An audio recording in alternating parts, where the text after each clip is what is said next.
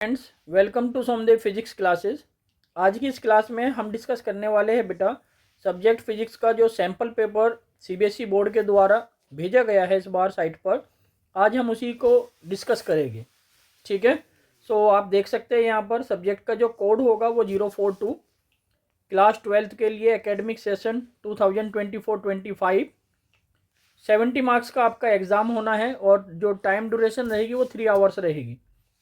ये general instruction है। यहाँ पर बेसिकली देयर आर, यहाँ पर हम कह सकते हैं, देख सकते हैं यहाँ पर 13 क्वेश्चंस हो गए। All questions are compulsory. This question paper has 5 section. Section A, section B, section C and section D and section E. All the sections are compulsory. सभी सेक्शंस जो है करने कंपलसरी हैं। Section A contains 16 questions, 12 MCQs, 4 assertion reasons based of 1 marks each। Section A जो है बेटा 16 questions होते हैं सेक्शन ए में, उनमें से 12 जो है MCQ क्वेश्चंस रहेंगे और 4 जो क्वेश्चंस होंगे वो असर्शन रीजन बेस्ड होंगे। सभी क्वेश्चन 1 मार्क्स के होंगे। सेक्शन बी में 5 क्वेश्चंस मिलेंगे आपको, उनमें से 2 मार्क्स का ईच क्वेश्चन, प्रत्येक क्वेश्चन 2 मार्क्स का रहने वाला है। सेक्शन सी में जो है 7 क्वेश्चंस हो गए और हर एक क्वेश्चन जो है 3 मार्क्स का होगा। सेक्शन डी जो होगा यहाँ पर वो आपका केस स्टडी बेस्ड होगा। 2 केस स्टडी यहाँ पर आपको देखने को मिलेगी और उन केस स्टडी में आपको 4 मार्क्स ईच केस स्टडी के लिए रखे गए हैं। सेक्शन ई 3 लॉन्ग क्वेश्चंस के आंसर आप लोगों को देने हैं। ईच क्वेश्चंस जो है 5 मार्क्स का होगा। ठीक है। इसके बाद देखिएगा, there is no overall choice, however an internal choice has been provided in 1 question in section B. आप यहाँ पर मैं बता दूँ आपको, कोई भी चॉइस ओवरऑल ऐसे नहीं दे रखी है, आपको इंटरनल चॉइस मिलने वाली है क्वेश्चन पेपर के अंदर। जैसे सेक्शन बी से आपका जो है एक क्वेश्चन का चॉइस रहेगी, 1 question in section C. Section C में जो आपके 3 मार्क्स के क्वेश्चन होते हैं उसमें भी किसी एक क्वेश्चन में इंटरनल चॉइस होगी। 1 question in each case based question.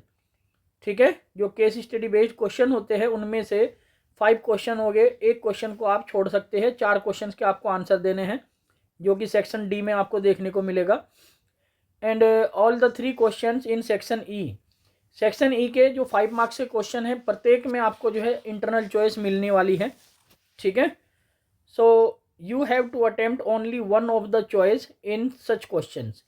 जो इंटरनल चॉइस वाले क्वेश्चन हो गए उनमें से आपको एक ही क्वेश्चन का आंसर जो है लिखना है, दोनों क्वेश्चन के आंसर नहीं देने हैं। Use of calculator is not allowed. आपको कैलकुलेटर जो है अलाउड नहीं है, कैलकुलेटर को यूज नहीं करना है। You may use the following values of physical constants wherever necessary. यहाँ पर आप लोगों को कुछ फिजिकल जो कांस्टेंट है उनकी वैल्यूज दी गई है जिनके यूज़ जो है आपको जिस क्वेश्चन में रिक्वायरमेंट होगी उसमें कर लेना है। जैसे c speed of light, mass of electron, mass of proton, charge of electron,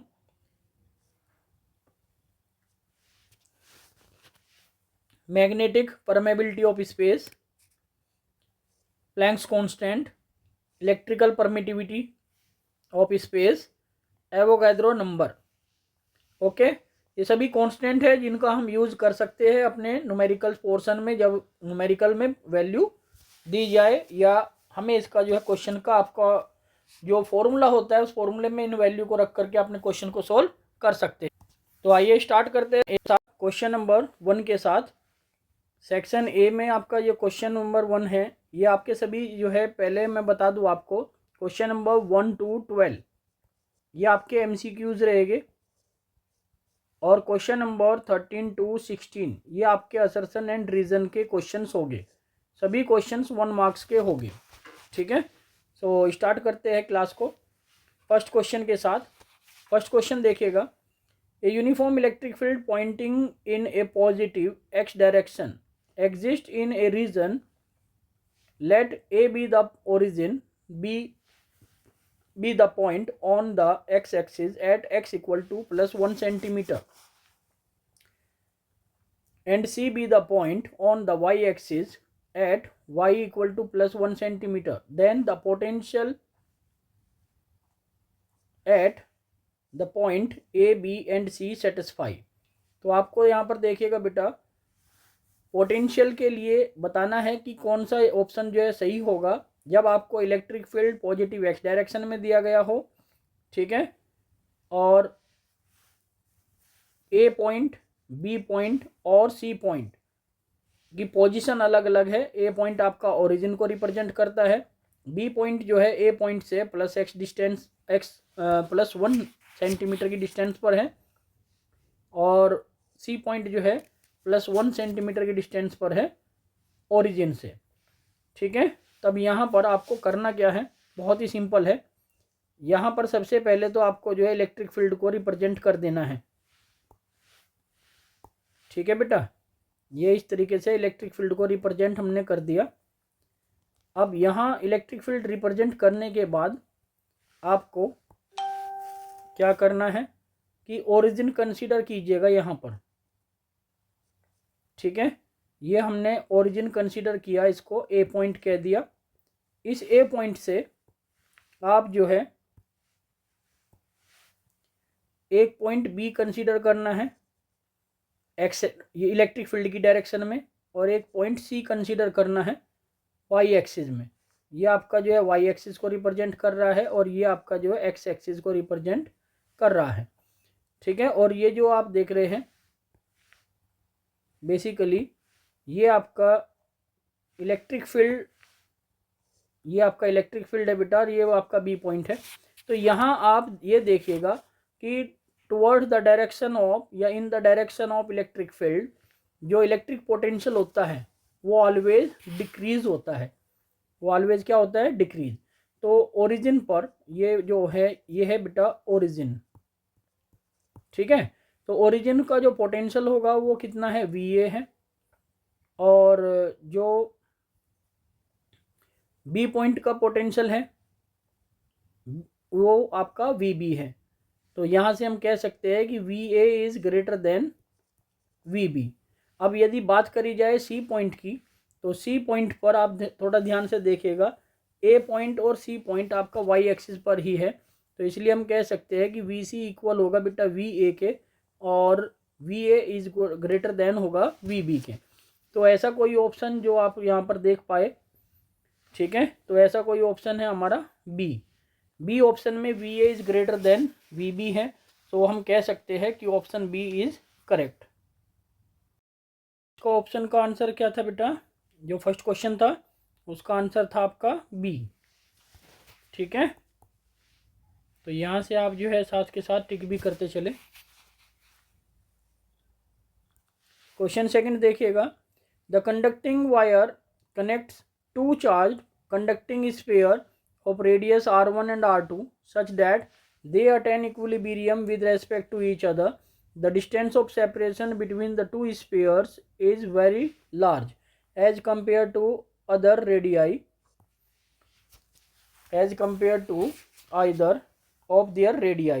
The ratio of magnitudes of electric field, इसमें आपको जो है बेटा रेशो पूछा गया है इलेक्ट्रिक फील्ड का, E1/E2, ये आपको जो है फाइंड आउट करना है, ठीक है। तो इसके लिए हम क्या कर सकते हैं, मैं आपको बता दूं कि जब आपका कोई दो स्फीयर दिए गए हो और उन एक स्फीयर की जो रेडियस है वो r1 और दूसरे स्फीयर की जो रेडियस है वो r2 दी गई हो, उन दोनों स्फीयर को आप आपस में कनेक्ट करते हैं, एक स्फीयर का चार्ज q1 और दूसरे स्फीयर का चार्ज q2।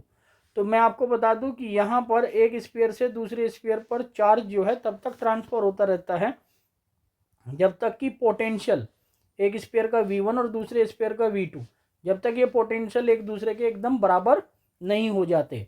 और ये जिस कंडीशन में ये एक दूसरे के बराबर आ जाएंगे तो उसी दौरान चार्ज जो है इधर से उधर ट्रांसफ़र होना बंद हो जाएगा।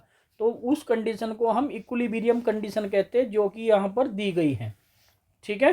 तो यहाँ पर इक्विलिब्रियम कंडीशन दी गई है, तो देयरफॉर हम यहाँ कह सकते हैं कि V1 इक्वल टू V2। अब V1 की जो वैल्यू है हम जानते हैं के Q1 अपॉन R1, V2 की जो वैल्यू है के Q2 अपॉन R2। यहाँ पर के से के कैंसिल हो जाएगा और यहाँ पर हम जो है रेशो निकालेंगे बेटा, Q1 अपॉन Q2 का जो रेशो आएगा वो आ जाएगा R1 अपॉन R2। ये हमने फाइंड आउट कर लिया यहाँ से, ठीक है। अब यहाँ पर आपको निकालना है इलेक्ट्रिक फील्ड, तो इलेक्ट्रिक फील्ड का रेशो होगा E1 अपॉन E2।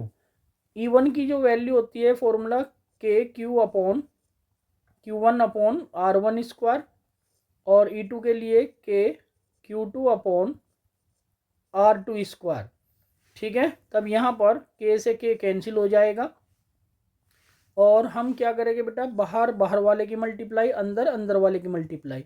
तब यहाँ से हम देख सकते हैं ये हो जाएगा आपका Q1 R2 square upon Q2 R1 square. अब यहाँ से आप देखिए इस इक्वेशन फर्स्ट से कि Q1 Q2 का जो वैल्यू है वो है R1 अपॉन R2। इस वैल्यू को उठा करके यहाँ पुट कर देना है, ठीक है। जब ये वैल्यू यहाँ पुट करोगे आप तो ये आ जाएगा यहाँ से R1 अपॉन R2 मल्टीप्लाई में R2 square upon R1 square, ठीक है। तब यहाँ जो कट होगा R2 से R2 कैंसिल, R1 से R1 कैंसिल, तो यहाँ क्या बचेगा बेटा, R2 अपॉन R1। बस यही आपका आंसर होना चाहिए। तो ऐसा कोई ऑप्शन इसमें यदि दिया गया है तो उस ऑप्शन को आप टिक कर सकते हैं, ठीक है। तो पहला ऑप्शन जो है आपका सही नहीं है, जैसे कि यहाँ पर आप देख सकते हैं, ठीक है। और दूसरा ऑप्शन जो दिया गया है R2 अपॉन R1, यही ऑप्शन आपका करेक्ट है बेटा। सी ऑप्शन भी गलत है और डी ऑप्शन भी गलत है। आई होप सो आपको ये कॉन्सेप्ट समझ आया होगा, ठीक है। इसको नोट डाउन कीजिएगा। क्वेश्चन देखिएगा बेटा, क्वेश्चन नंबर है आपका 3। तो क्वेश्चन नंबर 3 में ये बोला गया है, a long straight wire circular cross section of radius A carries A steady current I. The current is uniformly distributed across its cross section. The ratio of magnitude of the magnetic field at a point a by 2 above the surface of wire to that a point a by 2 below its surface is। तब यहाँ पर आपको ratio find out करना है बेटा। Ratio जो बताना है वो बताना है ratio of the magnitude of the magnetic field बोला गया है at a point A by 2 about the surface, यानी कि रेशो जो आप फाइंड आउट करोगे about the surface to the below its surface, ये रेशो आपको फाइंड आउट करना है, ठीक है। तो चलिए इसके लिए देखिएगा आपको करना क्या है बेटा। एक सिलेंडर या कोई कंडक्टर हम सर्कुलर क्रॉस सेक्शन का एक लॉन्ग स्ट्रेट वायर हमने जो है लेना है, ठीक है। ये हम ऐसा कंसीडर कर लेते हैं कि ये एक आपका स्ट्रेट सर्कुलर क्रॉस सेक्शन का एक वायर है जिसकी जो रेडियस दे रखी है वो रेडियस आपकी जो है दे रखी है बेटा स्मॉल ए, ठीक है। अब यहाँ पर उसने बोला गया है क्वेश्चन में कि एक तो पॉइंट आपको इनसाइड दिया गया है, इसको आप जो है यहाँ पर एक पॉइंट तो यहाँ मार्क कर लेना है, और ये जो दे रखी है डिस्टेंस ये दे रखी है ए बाई 2, और दूसरा जो है आउटसाइड दिया गया है, आउटसाइड जो दिया गया है वो भी आपका ए बाई 2 दिया गया है। उस एक पॉइंट यहाँ मार्क कर लेना। सपोज डेट ये आउटसाइड वाले को मैंने 1 कह देना है और इनसाइड वाले को मैंने 2, ठीक है। तब आपको मैं यहाँ पे बता दूँ बेटा, एक कॉन्सेप्ट होता है यहाँ पर, जो करंट है, करंट कैसे फ्लो हो रही है। सपोज डैट ये कंडक्टर है तो इसमें करंट जो है आई फ्लो हो रही है, ठीक है। तो उस पर्टिकुलर केस के लिए एक आपका डायरेक्ट फॉर्मूला होता है, यदि आपको फॉर्मूला याद कर लोगे तो फिर कोई दिक्कत आपको नहीं आने वाली इस क्वेश्चन में, ठीक है। तो पहले तो फॉर्मूला देखिएगा, B इक्वल टू होता है mu naught upon 2 pi I upon R. ये फॉर्मूला होता है बेटा आउटसाइड के लिए, ठीक है। ये फॉर्मूला किसके लिए यूज़ किया जाता है, आउटसाइड। तो यदि हम यहाँ से आउटसाइड के लिए निकाले तो आउटसाइड के लिए आप formula B equal to mu naught upon 2πi/r use कर सकते हैं, ठीक है।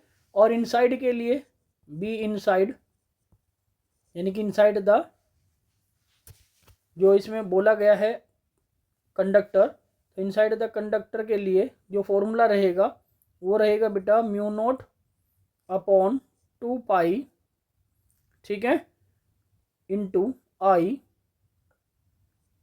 a/2, यानी कि ये आपका फॉर्मूला आता है अपॉन a², यानी कि a/2 अपॉन a²। ये हम निकालते हैं, कैसे निकलता है ये फॉर्मूला मैं आपको बता दूं। यदि यहाँ पर हम एक सर्कुलर क्रॉस सेक्शन का एक कंडक्टर कंसीडर करें और उसमें हम जो है रेडियस, ध्यान दीजिएगा बेटा, एक रेडियस स्मॉल r कंसीडर करें इस पर्टिकुलर पॉइंट के लिए, और कैपिटल जो रेडियस हो वो कंप्लीट हो यहाँ से यहाँ तक, ठीक है, इसको हम कैपिटल R कंसीडर करें, तब यहाँ पर इसके लिए जो मैग्नेटिक फील्ड का फॉर्मूला आता है वो होता है बेटा mu naught upon 2π i small r upon capital R²। क्या होता है? Capital R²। ये फॉर्मूला आपका रहता है इनसाइड द कंडक्टर। जब आप इनसाइड द कंडक्टर की बात करेंगे तो उसमें आपका ये फॉर्मूला यूज़ किया जाता है। तो यहाँ पर आपको एक इनसाइड दिया गया है पॉइंट, एक पॉइंट आपको आउटसाइड दिया गया है, बस यही ध्यान रखना है। तब यहाँ पर आप जो है सबसे पहले आप जो है बी इनसाइड निकाल लीजिएगा। बी इनसाइड यानी कि हमने क्या माना है 2 और बाहर क्या माना है हमने 1, तो ये B1 आप कह लीजिए। आउटसाइड की हम बात करेंगे पहले। तो आउटसाइड के लिए फॉर्मूला हम जानते हैं, क्या हो जाएगा बेटा, ये आपका फॉर्मूला जो देख रहे हैं ये आउटसाइड के लिए हम यूज़ करते हैं। तो यहाँ पर ये आ जाएगा mu naught upon 2π i upon current I हो गई, और करंट जो है ध्यान दीजिएगा कैपिटल I लिया गया है तो करंट भी कैपिटल I आप यहाँ पर कह दीजिएगा। और अपॉन में कितना आ जाएगा, फॉर्मूले के अकॉर्डिंग रेडियस चाहिए। अब रेडियस जो है वो यहाँ से लेकर के सेंटर से हम जो है कंसीडर करते हैं यहाँ तक, ये रेडियस हो जाएगी a + a/2, तो ये हो गया आपका 3a/2। तो ये आप 3a/2 लिखोगे यहाँ पर, ठीक है। इतना करने के बाद 2 से आप देखोगे 2 से 2 कैंसिल हो जाएगा, और यहाँ पर आपकी जो वैल्यू होगी वो mu naught i upon pi into 3a, ये आ जाएगा बेटा। इसको इक्वेशन फर्स्ट कह दीजिएगा, ठीक है। इतना करने के बाद अब आप जो है b आउटसाइड की जगह इनसाइड निकालोगे, क्योंकि हमने आउटसाइड निकाल लिया है। और अब जो है इनसाइड निकालेंगे B2 इक्वल टू, इनसाइड के लिए फॉर्मूला यहाँ देखिए, ये वाला फॉर्मूला हम यूज़ करने वाले हैं, mu naught upon 2π i capital R की जगह स्मॉल r की जगह क्या होगा बेटा a/2, और कैपिटल R की जगह क्या होगा, ये कंप्लीट जो रेडियस आप देख रहे हैं ये वाली, ये जो कंप्लीट रेडियस आप देख रहे हैं इधर देखिएगा, इसको हम लेंगे और ये हो जाएगा a², ठीक है। तब यहाँ पर आप वैल्यू पुट कीजिएगा, तो ये होगा म्यू नॉट अपॉन में 4π i अपॉन में, देखिए a से ये पावर कैंसिल हो जाएगी तो क्या रह गया a, तो इसको इक्वेशन सेकंड कह दीजिएगा। और तब यहाँ से B1 upon B2 outside upon inside निकालना है आपको। तो यहाँ पर जब आप वैल्यू पुट करोगे ये आ जाएगा mu naught i upon pi 3a upon mu naught i 4π into a। जो कट रहा है उसको कट कर दीजिएगा, जैसे ये mu naught I cancel, pi से पाई भी कैंसिल, पाई से पाई भी कैंसिल, ए से ए भी कैंसिल, और ये बाहर वाली बाहर मल्टीप्लाई और अंदर वालों के अंदर मल्टीप्लाई करोगे, तब यहाँ से B1 अपॉन B2 आ जाएगा बेटा 4/3। अब आप ये देखिएगा इसमें कोई ऐसा ऑप्शन है क्या जिसमें आपका 4/3 बन रहा हो, तो यदि आप यहाँ से देखें तो ये 4/1 है, ये गलत हो गया। और बी ऑप्शन 1/1 ये भी गलत है। और जो आपका सी ऑप्शन है उस सी ऑप्शन को आप जो है कह सकते हैं कि बिल्कुल करेक्ट है, डी ऑप्शन भी गलत है। तो इस तरीके से हम जो है बेटा अपने कैलकुलेशन को जो है कंप्लीट करते हैं। आई होप सो आपको ये क्वेश्चन समझ आया होगा। नोट कीजिए, क्वेश्चन देखिएगा बेटा, क्वेश्चन नंबर आपका जो है 4। क्वेश्चन नंबर 4 क्या है यहाँ पर, the diffraction effect can be observed in. तो डिफ्रैक्शन जो होता है बेटा बेसिकली एक ऐसा फिनोमिना जिसमें लाइट जो है बेंड हो जाए और साउंड भी जो है बेंड हो करके जो है पहुंच ही जाता है एक रूम से दूसरे रूम में। तो यहाँ पर हम कह सकते हैं, इसमें बोला गया है साउंड वेव ओनली, नहीं जी, और लाइट वेव ओनली, ये भी सही नहीं है। अल्ट्रासोनिक वेव ओनली, ये भी सही नहीं है। Sound wave and light wave दोनों के दोनों यूज, यानी कि दोनों के दोनों जो है इफेक्ट डिफ्रैक्शन इफेक्ट को शो करती हैं। ठीक है, क्लियर हो गया। आफ्टर डेट देखिएगा नेक्स्ट जो क्वेश्चन है आपका क्वेश्चन नंबर 5। उस क्वेश्चन नंबर 5 में आपको क्या बोला गया है, क्वेश्चन नंबर 5 पढ़ते हैं बेटा। A capacitor consist of 2 parallel plates with an area of cross section 0.001 meter square separated by a distance of 0.001 meter. If the voltage across the plate varies at the rate of 10 की power 8 volt per second, so then the values of displacement current through the capacitor is। तब आपको displacement current की value पूछी गई है जब ये value आपको गिवन है। तो मैं आपको बता दूं बेटा कि जो डिस्प्लेसमेंट करंट होती है, बेसिकली जो डिस्प्लेसमेंट करंट होती है उसको हम स्मॉल ये कैपिटल आई डी से रिप्रेजेंट करते हैं। ये डिस्प्लेसमेंट करंट का सिंबल होता है आई डी। ठीक है, आप चाहो तो स्मॉल डी से भी मतलब आई स्मॉल डी से भी रिप्रेजेंट कर सकते हैं। ठीक है, अब यहाँ पर बात आती है कि आपको निकालना है डिस्प्लेसमेंट करंट। तो डिस्प्लेसमेंट करंट निकालने के लिए आपको फॉर्मूले याद होने चाहिए और कॉन्सेप्ट पता होना चाहिए। तो फॉर्मूला क्या है बेटा यहाँ पर डिस्प्लेसमेंट करंट का, आई D equal to,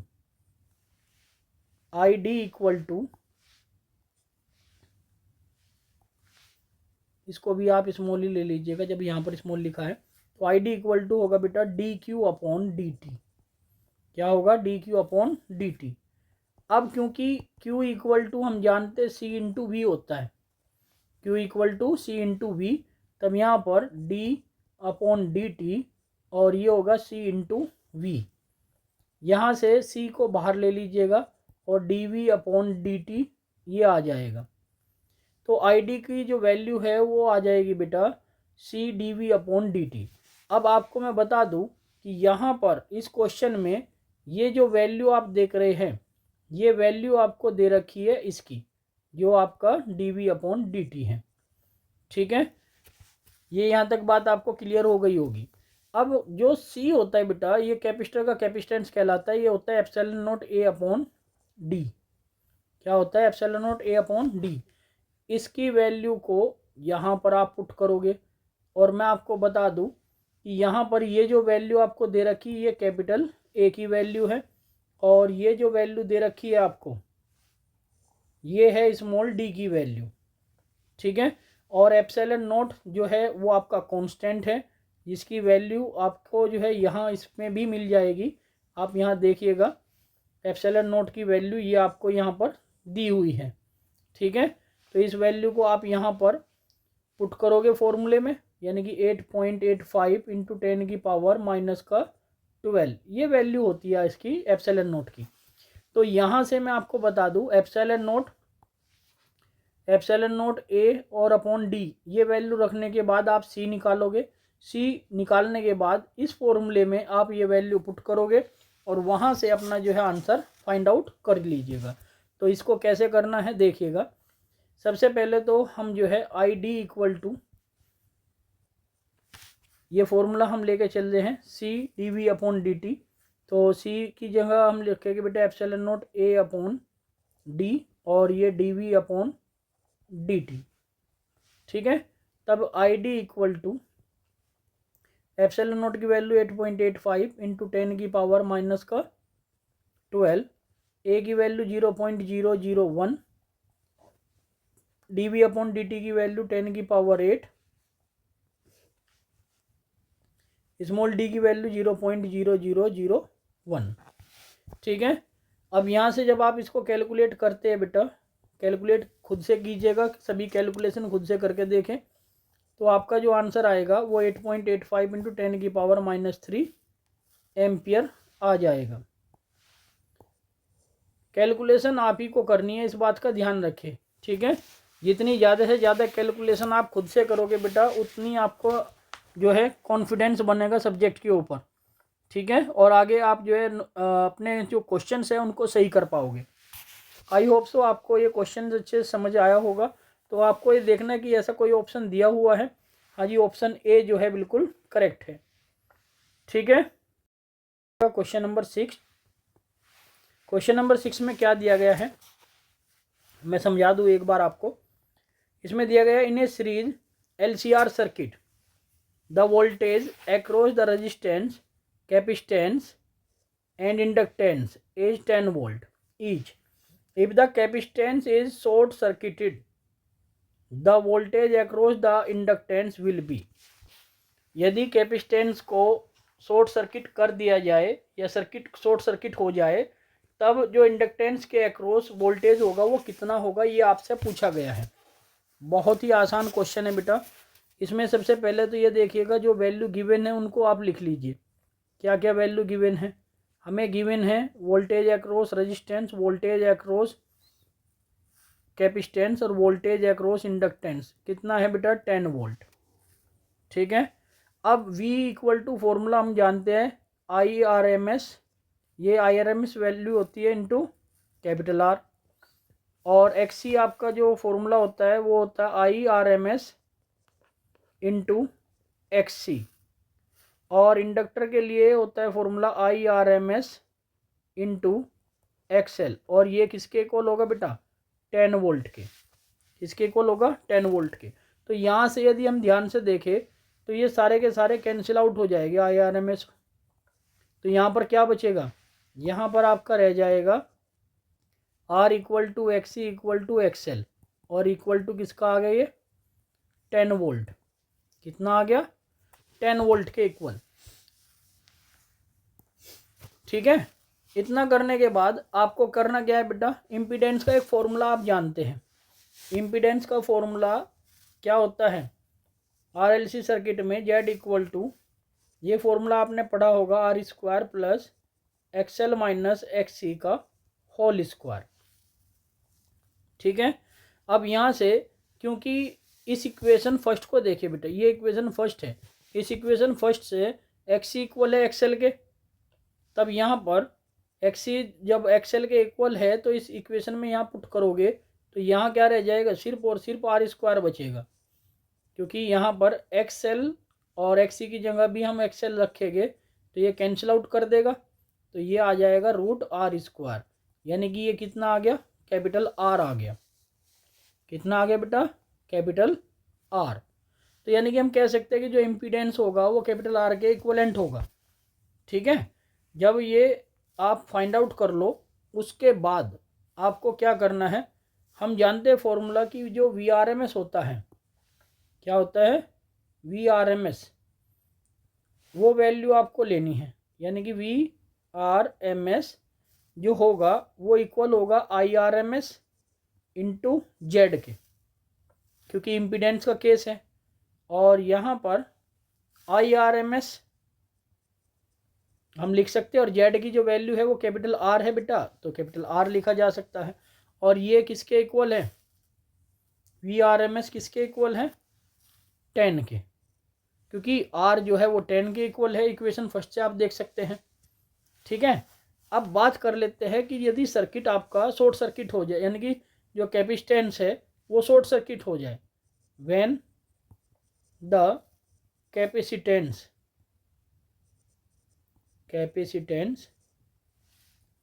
is short circuit,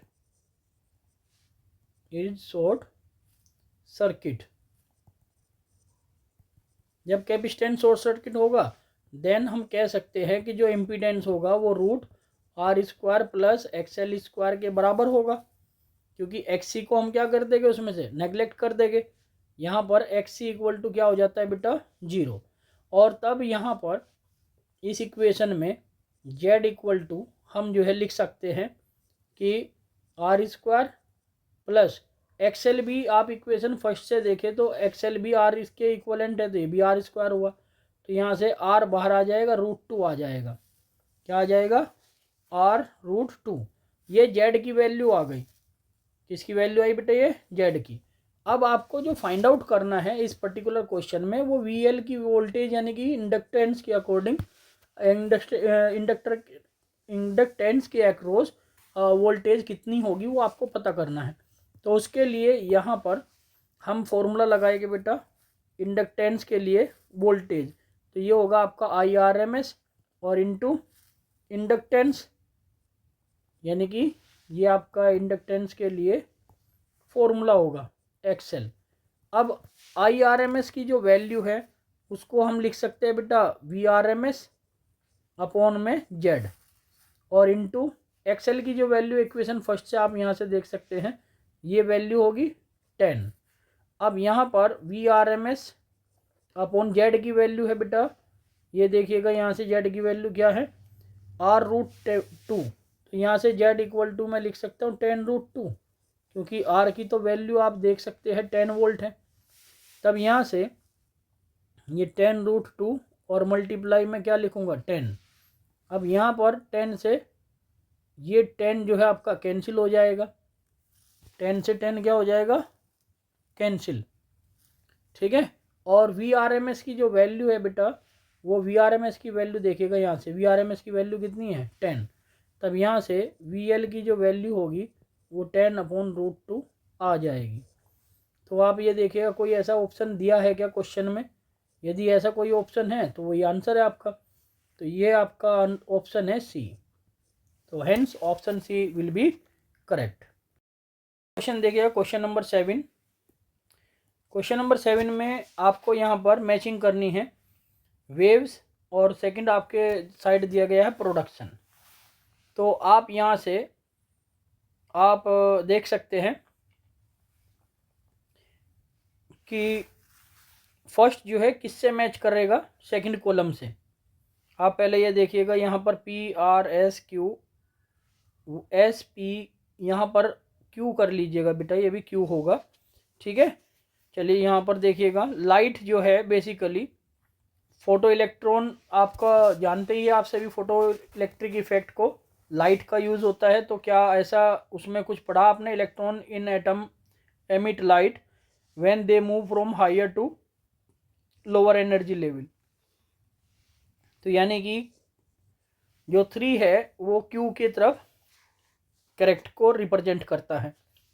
तो ऐसा देख लीजिएगा यहाँ पर कहीं दिखाया गया, ये S को रिप्रेजेंट कर रहा 3, ये भी S को रिप्रेजेंट, ये P को।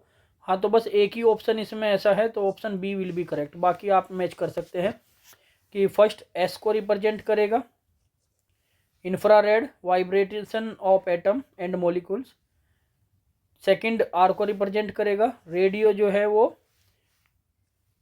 कोलेस्ट्रॉन वॉल्व को रिप्रेजेंट करता है, और माइक्रोवेव जो है वो rapid vibration of electrons and aerials को जो है रिप्रेजेंट करता है। Hence option B will be correct. Next question देखिएगा बेटा क्वेश्चन नंबर 8। इस क्वेश्चन नंबर 8 में जो जिक्र किया है क्वेश्चन में ध्यान से देखिएगा, the distance of closest approach. तो डिस्टेंस ऑफ क्लोजेस्ट अप्रोच आपको जो है of an alpha particle is D, वो कितनी दे रखी है? स्मॉल डी दे रखी है। देखिएगा हम जो डिस्टेंस ऑफ क्लोजेस्ट अप्रोच को रिप्रेजेंट करते हैं वो हम रिप्रेजेंट करते हैं, क्वेश्चन का जो सॉल्यूशन है वो ये यहाँ पर चलेगा बेटा। तो इस क्वेश्चन 8 का, तो ये हम R0 को जो है distance of closest approach consider करते हैं। ये वैल्यू किसकी दे रखी है? Small D. ठीक है। When it moves with speed v, और ये जो मूव कर रही है यानी कि v1 जो है वो v से मूव कर रहा है। ठीक है, towards the nucleus, an alpha particle is projected with higher energy such that the new distance of the closest approach is d/2। ठीक है। तब यहाँ पर जो नई जो डिस्टेंस ऑफ क्लोजेस्ट अप्रोच है, यदि हम इसको R01 कंसीडर करें और दूसरी को R02 कंसीडर करें तो यहाँ पर ये हो जाती है d/2। ठीक है, समझ आ गई बात इतनी? So what is the speed of projection of the alpha particle in this case. तब यहाँ पर स्पीड आपको जो है अल्फा पार्टिकल्स की फाइंड आउट करनी है, कि v2 की वैल्यू आपको यहाँ पर फाइंड आउट करनी है। तो इसके लिए मैं आपको बता दूं बेटा कि करना क्या है। देखिए बहुत ही सिंपल है। हमने एक कॉन्सेप्ट सीखा है कि kinetic energy distance of closest approach के केस में जो अल्फा पार्टिकल होता है, जब वो टुवर्ड्स द न्यूक्लियस की तरफ आता है तो उसकी जो काइनेटिक एनर्जी है वो इक्वल होती है पोटेंशियल एनर्जी के। तब काइनेटिक एनर्जी का फॉर्मूला हाफ mv² होता है, और यहाँ पर जो पोटेंशियल एनर्जी का फॉर्मूला है k(q1 q2) अपॉन r0, यानी कि डिस्टेंस ऑफ क्लोजेस्ट अप्रोच। तो यहाँ से एक बात समझ आती है कि जो r0 है वो इन्वर्सली प्रोपोर्शनल है बेटा 1/v² के। ठीक है, तो 1/v² के इन्वर्सली प्रोपोर्शनल होने से क्या होगा, हम यहाँ पर लिख सकते हैं कि r0 1/r02 इक्वल टू ये होगा v1² अपॉन, अच्छा यहाँ पर इन्वर्सली प्रोपोर्शनल बोला गया है, तो इन्वर्सली प्रोपोर्शनल का मतलब ये हो गया बेटा कि ये v1² अपॉन v2², और v2 आ जाएगा बेटा ऊपर। ठीक है, आपको निकालना क्या है, यहाँ से निकालना आपको v2 ही है। तो v2 निकालने के लिए यहाँ पर v2 इक्वल टू ये हो जाएगा, आप लिख सकते हैं r0 1 की वैल्यू क्या है बेटा d, r0 2 की वैल्यू क्या है d/2, और मल्टीप्लाई में v1 की वैल्यू क्या है v1 की वैल्यू क्या है v1, यानी कि v² हम कह सकते हैं, और ये आपका v2² के इक्वलेंट है। तब यहाँ पर आप जो है इस d से इस d को कट कर दीजिएगा और ये 2 आ जाएगा बेटा ऊपर। तो अब यहाँ कितना हो जाएगा, ये हो जाएगा, यहाँ से आप बिल्कुल सही है, और इसको लिख सकते हैं क्या 2 × v²। ठीक है, अब यहाँ पर जब मैं v2 निकालूंगा तो इसके लिए मुझे इसको रूट करना पड़ेगा 2v² का, यहाँ से v बाहर आ जाएगा और अंदर रह जाएगा √2। तो ऐसा कोई ऑप्शन यदि दिया गया है तो वो आपका ऑप्शन करेक्ट होगा। तो यहाँ हम देखते हैं कि v√2 जो ऑप्शन है वो ऑप्शन बी है, तो ऑप्शन बी यहाँ पर क्या होगा बेटा एकदम करेक्ट। आई होप सो आपको एक क्वेश्चन समझ आ गया हो। क्वेश्चन नंबर 9 देखिएगा बेटा। क्वेश्चन नंबर 9 में a point object is placed at the centre of a glass sphere of radius 6 centimetre and refractive index 1.5। The distance of virtual image from the surface of the sphere is. जो value दे रखी है यहाँ पर आपको मैं बता दूं, यहाँ आपको बेटा एक ग्लास स्फीयर दिया गया है और जिसका जो सेंटर है वो O पॉइंट हम कंसीडर कर रहे हैं, और इसकी जो रिफ्रैक्टिव इंडेक्स है इसका वो दे रखा है आपको। रिफ्रैक्टिव इंडेक्स देखिएगा, ये ग्लास है और बाहर जो मीडियम है वो एयर है, तो इसको हम रिफ्रैक्टिव इंडेक्स को μ2 कंसीडर कीजिएगा, ये 1.5 होता है। ठीक है, ये कितना दिया हुआ है 1.5 दिया हुआ भी है। अब यहाँ पर इसमें बोला गया है आपको कि ये point object is place at the centre of the glass. ये आपका पॉइंट ऑब्जेक्ट है जो सेंटर पर हमने जो है प्लेस किया है। Sphere of radius 6 centimetre and refractive index the distance of the virtual image. यहाँ पर स्फीयर हम जो है कंसिडर करें और उस पर एक जो है लाइन ड्रॉ करें। तो यहाँ पर समझने वाली बात यह है कि जो रे ऑफ लाइट होगी वो ऑब्जेक्ट से चलती है। ठीक है, अब ये जो डिस्टेंस होगी वो कितनी होगी बेटा, रेडियस होगी कैपिटल R, और इसकी जो वैल्यू दे रखी होगी वो 6 सेंटीमीटर दे रखी है। तो अकॉर्डिंग टू साइन कन्वेंशन जब आप डिस्टेंस कंसीडर करोगे रेडियस ऑफ कर्वेचर तो वो -6 सेंटीमीटर आप कंसीडर करोगे, यानी कि आपको कैपिटल R की जो वैल्यू है वो -6 सेंटीमीटर लेकर चलनी है। और ऑब्जेक्ट आपका क्योंकि O पॉइंट सेंटर पर रखा हुआ है इसलिए U की जो वैल्यू होगी वो भी -6 सेंटीमीटर ही होगी। ठीक है, और रिफ्रैक्टिव इंडेक्स μ2 की वैल्यू आपकी 1.5, और बाहर मीडियम है एयर मीडियम होने से रिफ्रैक्टिव इंडेक्स μ1 की वैल्यू क्या हो जाएगी 1। ठीक है, अब जो केस है ये हो गया बेटा डेंसर और ये हो गया बाहर रेयर। तो डेंसर टू रेयर मीडियम, यहाँ देखिएगा कॉन्सेप्ट को, केस आपका हुआ डेंसर टू रेयर मीडियम। जब डेंसर टू रेयर मीडियम का केस बनता है तो उस पर्टिकुलर केस में जो फॉर्मूला आपका चलता है बेटा वो होता है μ1/v minus μ2/u equal to μ1 minus μ2/r। याद कीजिएगा, ऐसे मैंने कुछ कॉन्सेप्ट आपको बताए हुए हैं, ठीक है। तो इन कॉन्सेप्ट को आपको याद रखना है और उसके बाद आपको जो है ये फॉर्मूले अप्लाई कर देने हैं, ठीक है। जब आप इन फॉर्मूलों को अप्लाई करोगे तो आप देखोगे कि आंसर बहुत ही इजी होते हैं। तो यहाँ वैल्यू पुट कीजिएगा। जब वैल्यू आप रखोगे, μ1 की वैल्यू कितनी है बेटा, μ1 की वैल्यू है 1/v माइनस μ2 की वैल्यू 1.5 और माइनस का 6 इक्वल टू 1 माइनस 1.5 आर की वैल्यू माइनस का 6। तो यहाँ से आप फर्दर जो कैलकुलेट करोगे तो कैलकुलेट करने पे यहाँ से v इक्वल टू -6 सेंटीमीटर आ जाएगा। अब क्योंकि डिस्टेंस जो आई है वो नेगेटिव है और डिस्टेंस कभी भी नेगेटिव में नहीं कंसीडर की जाती, इसलिए आप सिर्फ इसका मैग्नीट्यूड देखिएगा कि मैग्नीट्यूड इसका यहाँ पर किसी ऑप्शन में दिया हुआ है कि नहीं दिया हुआ है। तो ऐसा 6 सेंटीमीटर दे रखी है, वो ऑप्शन आपका करेक्ट होगा। तो यहाँ से ऑप्शन ए गलत है, ऑप्शन बी भी इनकरेक्ट है और ऑप्शन सी 6 सेंटीमीटर जो आपका ऑप्शन सी जो है वो एकदम करेक्ट है। चलिए बात करते हैं क्वेश्चन नंबर 10 की। यहाँ पर देखिएगा, colour observed on a CD compact disc is due to. अब आपको मैं बता दूं, कोई कॉम्पैक्ट डिस्क जो होती है आपने भी देखी होगी CD, उस पर जो लाइट पड़ती है वो बेंड हो जाती है, यानी कि एक तरीके का बेंडिंग फिनोमिना को रिप्रेजेंट करती है। और बेंडिंग फिनोमिना सिर्फ और सिर्फ आपका जो है डिफ्रैक्शन में देखने को मिलता है, इसलिए ऑप्शन जो बी है वो करेक्ट होगा। चलिए नेक्स्ट क्वेश्चन देखते हैं। Question number 11, the number of electron made available for conduction by dopant atoms depends strongly upon. Depends strongly upon, तो डोपेंट का केस है, नंबर ऑफ इलेक्ट्रॉन्स जो है डोपेंट हो गए तो वो केस जो बेटा वो डोपिंग होता है, इस बात का आपको पता होना चाहिए। डोपिंग बेसिकली हम करते किस लिए हैं,